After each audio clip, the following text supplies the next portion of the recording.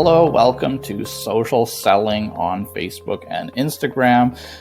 We're going to be talking about social selling, which I'm really excited about because it is something I'm really passionate about, I really believe in, I really value, and it's a way that we've grown our business, and it's something that I put a lot of effort into because I think it's really powerful. I think if people understand what social selling really is and how they can leverage it, there's a lot of opportunity there that you can make use of social media for social selling and make that work for your company. You can sell your product or service by using social selling, and we're going to be doing that on Facebook and Instagram. That's what we're talking about today. These strategies, these tactics can definitely apply to LinkedIn and Twitter and to other opportunities.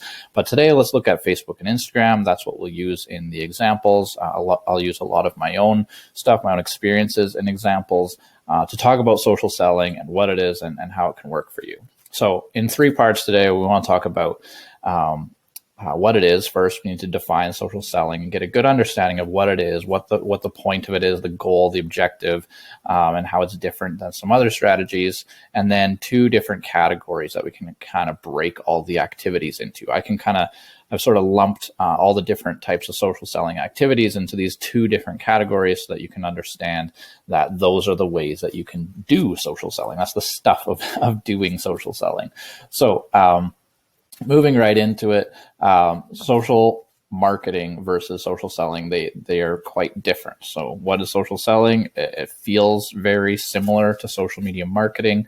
Some of the activities feel like that's just social media marketing, but it's different in intent. It's different in just nuances in the tactics. It is a different thing, but they're very related.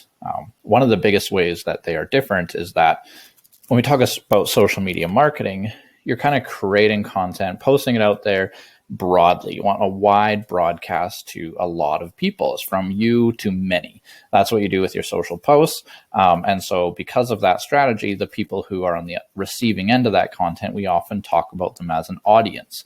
Those are the group of people, a large group of people that you can broadcast to. What's different when we look at social selling is that we're not trying to broadcast broadly, but we're getting more narrow. We're getting really targeted. It's about the one-to-one, not the one-to-many, the one-to-one. And because of that, we don't think of them as an audience. We start thinking of those people as prospects, or whatever term you might want to put in there. It could be a lead, could be whatever that is.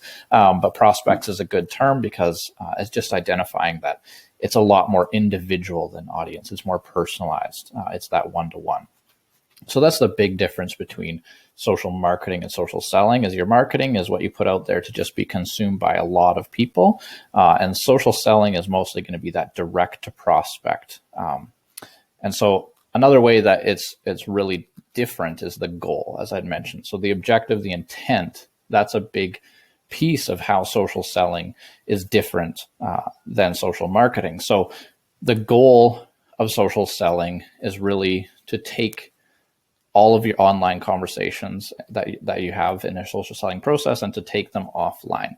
So just to clarify, that social selling is not about here's the form to sign the contract, here's the e-commerce page to purchase and send me money. Like, it's not to complete the transaction and to make them a final customer. It's just part of the sales process. It's part of nurturing them. It's about lead nurturing. It's about developing the relationship.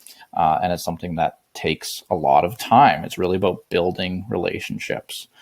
So it's not about removing the in-person aspect. It's not about making it all happen online now and just getting rid of the offline in-person conversations or them coming in the store or the meeting or whatever it is. That is still very, very valuable. That stuff is really, really valuable. We can't take all this and just put the entire process online.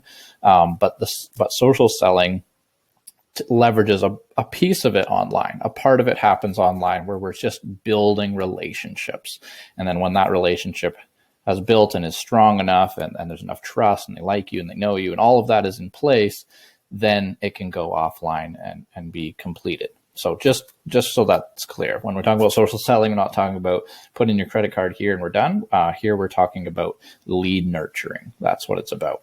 So because it's about building relationships, because it's about taking someone who maybe you don't even know, you just encountered them on social media, and nurturing it and building that relationship. This stuff takes time. This is not about the cold message where you're just like, hey, I have this thing, you should sign up, become a customer. It's not about the call to action or the pitch. This is about building relationships. And because of that, it will take time. It will take months and months. We have clients that come to us after we've kind of been doing social selling, and they've been in our circle because of the social selling we do, possibly for years. It might take years for that relationship to have been built up to the point where it's strong enough that that online conversation can now go offline. So social selling is about two parts, like I'd mentioned at the beginning. So we'll get into both of those categories. And the two parts are connection and content and connection, as I have it written here. That's really what we're trying to do with social selling, content and connection. And another way to think of it, another term we can use, we can talk about them in terms of posts and engagement. And that might be a little bit easier to just kind of become familiar with and remember, because they're more familiar terms as far as knowing exactly what it's referring to. So talking about post versus engagement, but really that maps across to content and connection. They're the same concept. So the first part being stuff that you put out there. As an example, a post that I could throw on Instagram. This is stuff that I put out there. This is what most people think about when they're thinking about social media, is that you create content and you post it out there for the world to see. That's what social media is, right? But there's actually the other piece where you consume other people's content. And so as an example, the bottom comment is one from me on someone else's post. And so that's the engagement side, or the connection part.